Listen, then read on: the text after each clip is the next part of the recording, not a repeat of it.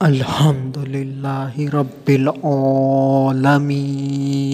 والصلاة والسلام علی سید الانبیاء والمرسلین اما بعد فاعوذ باللہ من الشیطان الرجیم بسم اللہ الرحمن الرحیم وقرن فی بیوتکن صدق اللہ العظیم۔ اور اپنے گھروں میں ٹھہری رہو۔ آج کا جو میرا عنوان ہے وہ ہے میاں بیوی اگر ایک دوسرے کو برداشت کرے تو اس پر اجر۔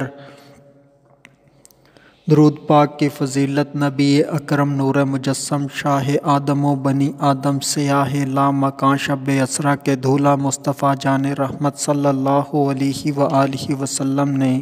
ارشاد فرمایا، کنجوس ہے وہ شخص جس کے سامنے میرا ذکر کیا جائے اور وہ مجھ پر درود پاک نہ پڑھے۔ صلو علی الحبیب صلی اللہ تعالی علی محمد صلی اللہ علیہ وآلہ وسلم پڑھیے، الصلاۃ والسلام علیک یا رسول اللہ وعلی آلک واصحابک یا حبیب اللہ۔ ایک مرتبہ ایک بیوی نے سالن کے اندر نمک زیادہ ڈال دیا تو اس پر شوہر کو غصہ آیا، تو اس نے دل میں یہ سوچا کہ میں بھی تو خطا کرتا رہتا ہوں، اگر میں نے اس بات پر بیوی کی سخت پکڑ کی تو کل بروز قیامت اگر اللہ نے مجھ کو میرے گناہوں پر پکڑ لیا تو میرا کیا بنے گا۔ یہ سوچتے ہوئے اس شوہر نے غصے کو پی لیا اور دل میں بیوی کی خطا کو معاف کر دیا۔ جب وہ شوہر فوت ہوا تو کسی نے اس کو خواب میں دیکھا تو اس سے پوچھا کہ اللہ پاک نے آپ کے ساتھ کیا معاملہ فرمایا، تو اس شخص نے جو کہ شوہر تھا اس نے بتایا کہ گناہوں کی کثرت کے سبب عذاب ہونے ہی والا تھا، مگر اللہ پاک نے فرمایا کہ میری بندی نے سالن میں نمک زیادہ ڈال دیا تھا تو تو نے اس کی خطا کو معاف کیا، برداشت کیا، تو آج میں تجھے اس اجر کے صدقے میں تیری مغفرت کرتا ہوں، تجھے بخش دیتا ہوں۔ یہ جو حکایت ہے یہ دعوت اسلامی کی کتاب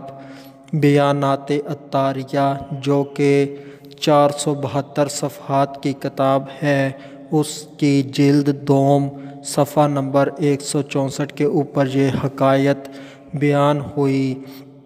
تو اس سے جو سبق ہمیں ملتا ہے وہ یہ ہے کہ اگر کوئی کام شوہر کی مرضی کے خلاف بیوی سے ہو جائے تو شوہر کو بیوی پر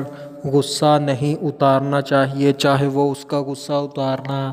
زبان کے ذریعے سے ہو، چاہے وہ اس کا غصہ اتارنا مارنے پیٹنے کے ذریعے سے ہو، تو اس کو ایسا نہیں کرنا چاہیے، بلکہ اس کو چاہیے کہ وہ معاف کر دے کہ جو بندہ زمین والوں پر رحم کرتا ہے آسمان والا اس پر رحم کرتا ہے، یعنی کہ کرو مہربانی تم اہل زمیں پر، خدا راضی ہوگا عرش بری پر۔ تو آج تم نیکی کرو، یعنی کہ اچھا سلوک کرو، کسی کو معاف کر دو اہل زمین والوں کو، تو اللہ پاک تمہیں کل بروز قیامت معاف کر دے گا۔ تو بدلہ لینے سے یا غصہ اتارنے سے وہ فائدہ حاصل نہیں ہوتا جو معاف کرنے سے، نرمی اختیار کرنے سے حاصل ہوتا ہے۔ اور اس کے علاوہ جو بیوی ہے اس کو بھی چاہیے کہ وہ شوہر کو راضی رکھے، شوہر کو راضی رکھنے کی کوشش کرتی رہے، کیونکہ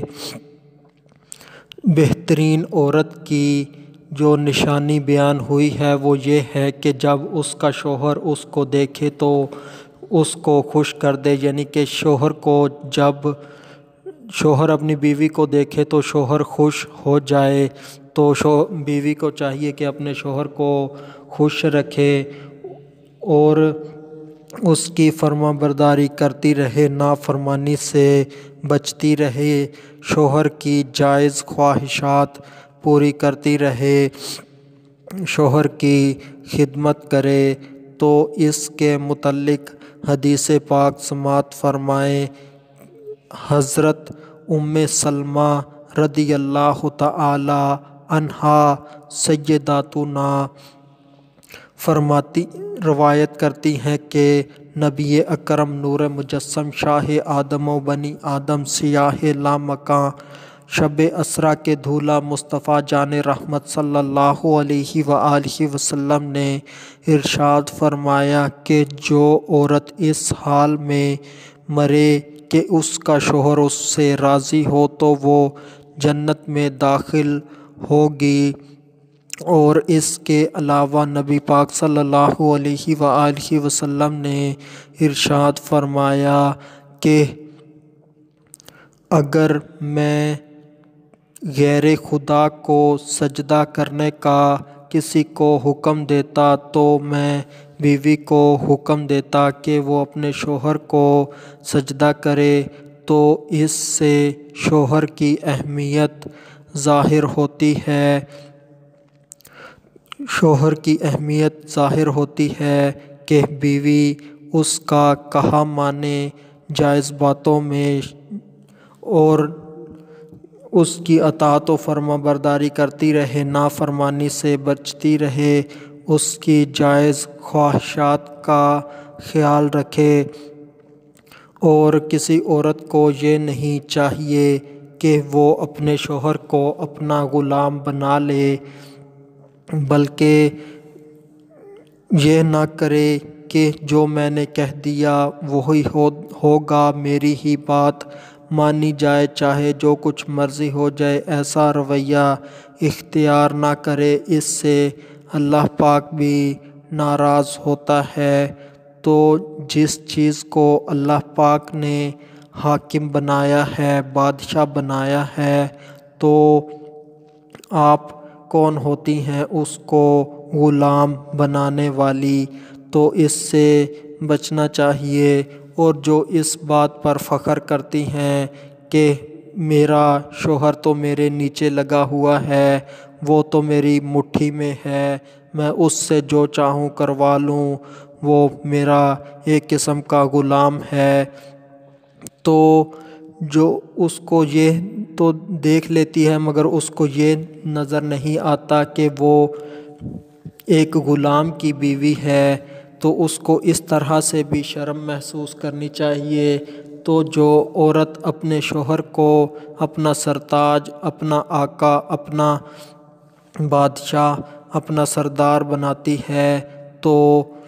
اس کی اطاعت و فرما برداری کرتی ہے، تو وہ اس بات پر خوش ہو کہ وہ ایک بادشاہ کی بیوی ہے، یعنی کہ اللہ نے اس کو حاکم بنایا ہے اور یہ اس کی رعایا بنی ہے۔ اور جو اس کے الٹ کام کرے، یعنی کہ شوہر کو ہی غلام بنا لے اور خود اس کے اوپر حکم چلائے، تو اس نے